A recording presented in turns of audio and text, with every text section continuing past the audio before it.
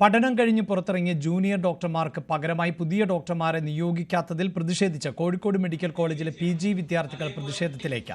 200-ലേറെ ഡോക്ടർമാരുടെ ഒഴിവുകൾ ആണ് നിലവിലുള്ളത്. ജോലിഭാരം വർദ്ധിച്ചതിനാൽ പഠനമടക്കമുള്ള അക്കാദമിക പ്രവർത്തനങ്ങൾ അവതാളത്തിലാകും എന്നാണ് പരാതി. വാർത്തയുടെ വിശദാംശങ്ങളുമായി MS അനീഷ് കുമാർ ചേരുന്നുണ്ട്. അനീഷ്, എന്തുകൊണ്ടാണ് ഈ പകരം ആളുകളെ ഇപ്പോൾ നിയോഗിക്കാത്തത്?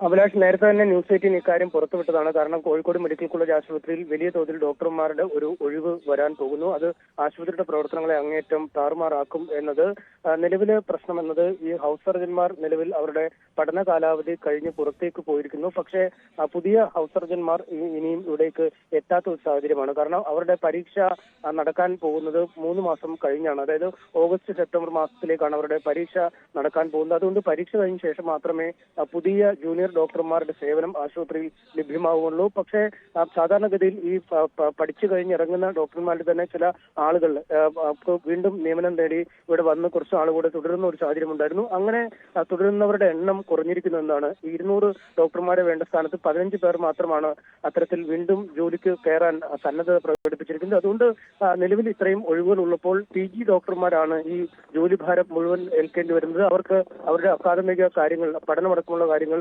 മുന്നോട്ട് കൊണ്ടുപോകുന്നത്. പക്ഷേ അതിനുപോലും സമയം ലഭിക്കുന്നില്ല.